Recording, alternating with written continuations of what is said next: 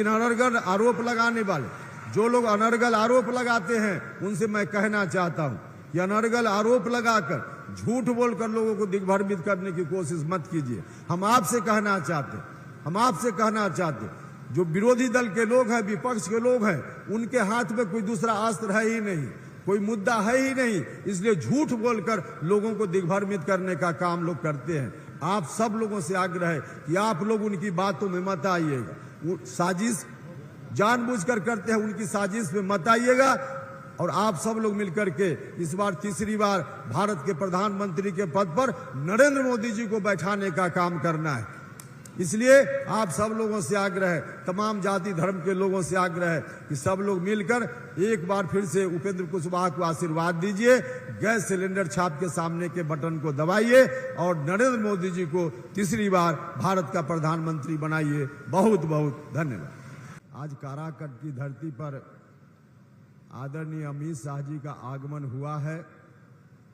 अति व्यस्तम क्षण में से कुछ क्षण निकालकर इन्होंने हम सभी लोगों के बीच अपनी उपस्थिति दी है। इस बात के लिए मैं हृदय से, अपनी ओर से, एनडीए गठबंधन के तमाम नेताओं की ओर से, आप सभी लोगों की ओर से और काराकाट लोकसभा क्षेत्र की समस्त जनता की ओर से इनका हार्दिक अभिनंदन करता हूं, स्वागत करता हूं।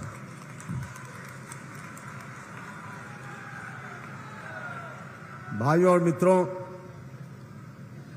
आप सब लोगों ने 2014 में मुझको आशीर्वाद दिया था। हम आप सब लोगों से फिर से आग्रह करने के लिए उपस्थित हुए हैं कि उसी तरह से एक बार फिर से उपेंद्र कुशवाहा को आशीर्वाद देकर दिल्ली भेज दीजिए। उस वक्त आपका आशीर्वाद मिला, हमने पूरी ईमानदारी से आपकी सेवा करने की कोशिश की। केंद्रीय विद्यालय से संबंधित विभाग का मंत्री मुझको बनाया गया। उस वक्त काम करते हुए कभी हमने यह नहीं देखा कि हम काराकाट लोकसभा क्षेत्र के जिस व्यक्ति के लिए कुछ काम कर रहे हैं, वह व्यक्ति किस जाति का है, किस धर्म का है।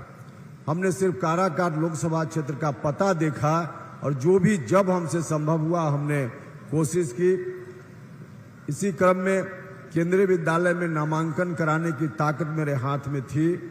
उन 3-4 वर्षों में कोई 10-20 नहीं बल्कि 7 से 8 हजार काराकाट लोकसभा क्षेत्र के बच्चों का नामांकन देश के अलग अलग केंद्रीय विद्यालयों में हमने कराया। भाइयों और मित्रों, नया केंद्रीय विद्यालय की स्थापना भी हमने की।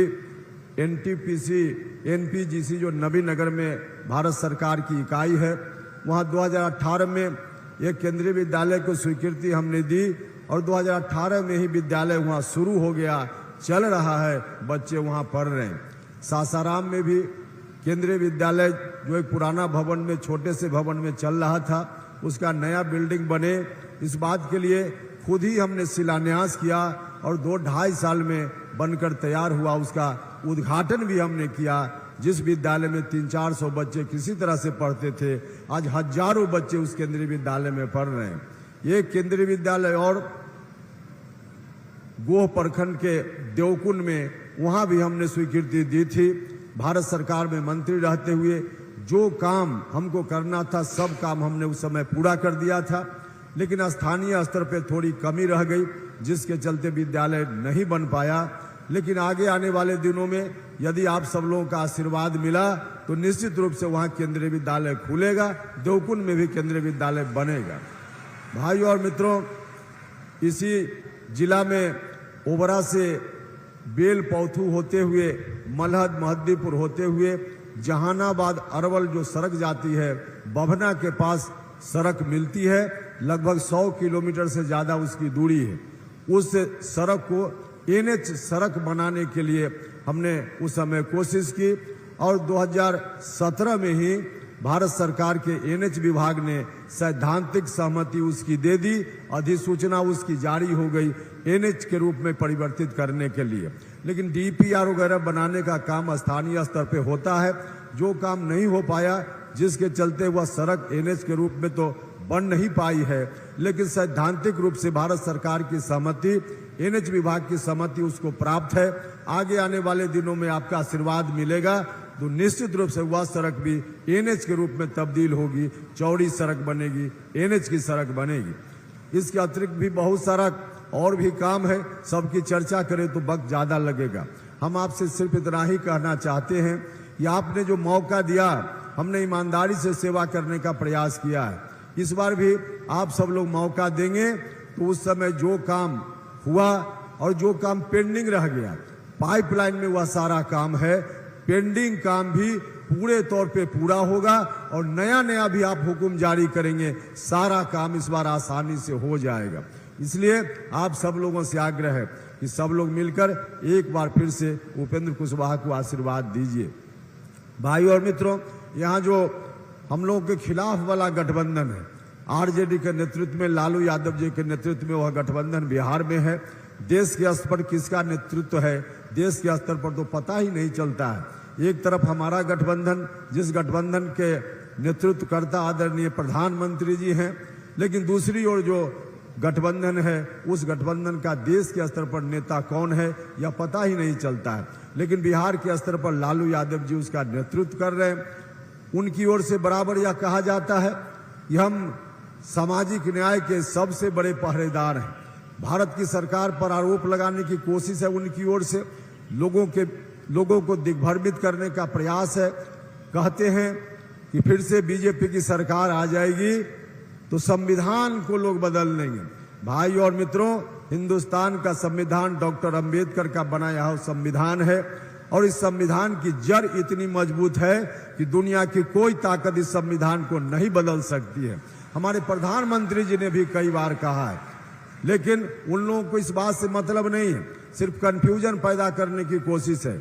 सामाजिक न्याय के सबसे बड़े चैंपियन के रूप में अपने को घोषित करते हैं, लेकिन हम उनसे पूछना चाहते हैं, जब आप सत्ता में थे, बिहार की बात तो छोड़ दीजिए, देश में भारत की सरकार में भी कई वर्षों तक लालू यादव जी मंत्री रहे। उस समय जिस ताकत में थे लालू जी, कांग्रेस पार्टी की सरकार थी, लेकिन जो चाहते लालू जी उस समय हो सकता था, लेकिन उस वक्त सामाजिक न्याय की बात उनको ध्यान में नहीं आई। जब हमारी सरकार बनी थी 2014 में, कॉलेजियम सिस्टम जो हायर जुडिशियरी में जजों की बहाली की प्रक्रिया है, कॉलेजियम सिस्टम के तहत जजों को बहाल किया जाता है। सुप्रीम कोर्ट और हाई कोर्ट में जो कॉलेजियम सिस्टम की प्रक्रिया है, उस प्रक्रिया के बारे में, उस प्रक्रिया में जो अवगुण है उसके बारे में हमारे पूर्व के राष्ट्रपति जी ने भी कई बार कहा है, वर्तमान राष्ट्रपति जी ने भी कई बार कहा है, और तत्कालीन उस वक्त अभी से 3 साल पहले जो कानून मंत्री भारत सरकार के हैं, उन्होंने भी उस पर प्रतिक्रिया दी है। और सिर्फ प्रतिक्रिया नहीं दी है, बल्कि एक बार जब 14 में सरकार बनी थी एनडीए की, तो उसके कुछ ही दिनों के बाद कॉलेजियम सिस्टम में परिवर्तन के लिए एक बिल भी आया था, एक कानून भी बना था। तो यह कानून बना, लेकिन किसी कारण से फिर सुप्रीम कोर्ट में ही उस कानून को रिजेक्ट कर दिया गया, कानून लागू नहीं हुआ। लेकिन यह काम अगर किसी ने किया तो एनडीए की सरकार ने किया, नरेंद्र मोदी जी के नेतृत्व वाली सरकार ने किया। कॉलेजियम सिस्टम ठीक नहीं है, यह हम सब लोग मानते हैं। कॉलेजियम सिस्टम ठीक नहीं रहने के कारण जो सुप्रीम कोर्ट और हाई कोर्ट में जज हैं, उसमें पारदर्शिता नहीं है बहाली में। उस एक तरह से कहा जाए कि बिल्कुल गैर लोकतांत्रिक व्यवस्था है, और इसके रहने के कारण सिर्फ पूरे देश भर में जहां इतनी आबादी वाला हमारा हिंदुस्तान है, इस इतने बड़े देश में सिर्फ 250, 300, 350 परिवार के लोगों का अधिकांश उनका कब्जा है। उन्हीं के परिवारों से वहां 80% जज बनते हैं।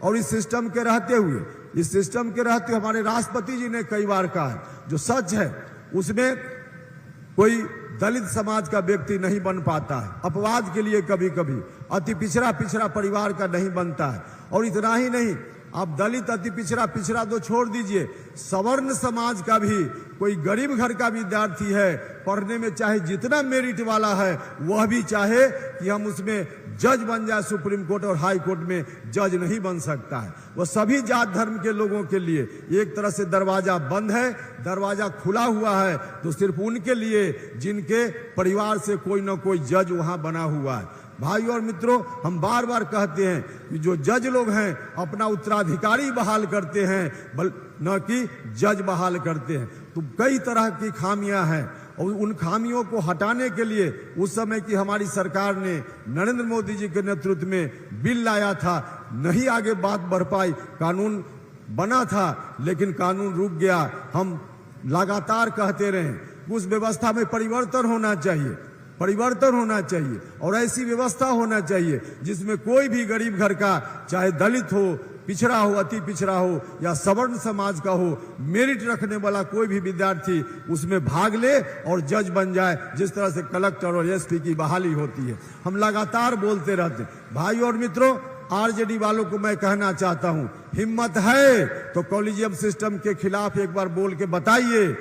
जिसका एक पैर जेल में और एक पैर बेल में, वो कभी नहीं बोल सकता है, कभी नहीं बोल सकता है। यह काम कर सकता है तो एनडीए कर सकता है। एनडीए ने एक बार पार्लियामेंट में करने की कोशिश भी की है, आगे करना है। तो जहां कॉलेजियम सिस्टम में जो खामियां हैं, हम उसके खिलाफ भी बोलते रहते हैं। लोग कहते हैं सामाजिक न्याय की बात, निश्चित रूप से उपेंद्र कुशवाहा सामाजिक न्याय का पक्षधर है। हमारे प्रधानमंत्री जी सामाजिक न्याय के पक्षधर हैं। और जब हम बोलते हैं तो सिर्फ कॉलेजियम सिस्टम के खिलाफ ही नहीं बोलते हैं भाई और मित्रों, कॉलेजियम सिस्टम को बदलने की बात भी करते हैं। और जब पार्लियामेंट में बिल आता है ईडब्ल्यूएस के अंतर्गत 10% आरक्षण सवर्ण समाज के लोगों को मिले, उस बिल का भी उपेंद्र कुशवाहा समर्थन करता है। हमने उस वक्त समर्थन किया था। कुछ लोग इस पर भी अनर्गल बात करते हैं, मेरे ऊपर आरोप लगाते हैं कि उपेंद्र कुशवाहा ने विरोध किया था। भाई और मित्रों, जो बिल आया था कोई उपेंद्र कुशवाहा के घर में तो बिल नहीं आया था, बिल तो पार्लियामेंट में आया था। और पार्लियामेंट का दस्तावेज हिंदुस्तान का इतिहास है, कोई भी व्यक्ति उसको देख सकता है। और अभी तो किसी ने कहीं से लेकर सोशल मीडिया में डाल भी दिया है कि हमने क्या भाषण वहां किया था उस समय। पूरे तौर पे कोई भी व्यक्ति अगर साबित कर दे कि उपेंद्र कुशवाहा ने उस बिल के खिलाफ मतदान किया था तो उपेंद्र कुशवाहा राजनीति से संन्यास ले लेगा। लेकिन अनर्गल आरोप लगाने वाले, जो लोग अनर्गल आरोप लगाते हैं, उनसे मैं कहना चाहता हूं कि अनर्गल आरोप लगाकर, झूठ बोलकर लोगों को दिग्भ्रमित करने की कोशिश मत कीजिए। हम आपसे कहना चाहते जो विरोधी दल के लोग हैं, विपक्ष के लोग हैं, उनके हाथ में कोई दूसरा अस्त्र है ही नहीं, कोई मुद्दा है ही नहीं। इसलिए झूठ बोलकर लोगों को दिग्भ्रमित करने का काम लोग करते हैं। आप सब लोगों से आग्रह है कि आप लोग उनकी बातों में मत आइएगा। वो साजिश जानबूझकर करते हैं, उनकी साजिश में मत आइएगा।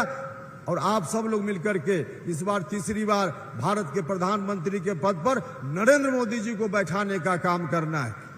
इसलिए आप सब लोगों से आग्रह है, तमाम जाति धर्म के लोगों से आग्रह है कि सब लोग मिलकर एक बार फिर से उपेंद्र कुशवाहा को आशीर्वाद दीजिए, गैस सिलेंडर छाप के सामने के बटन को दबाइए और नरेंद्र मोदी जी को तीसरी बार भारत का प्रधानमंत्री बनाइए। बहुत बहुत धन्यवाद।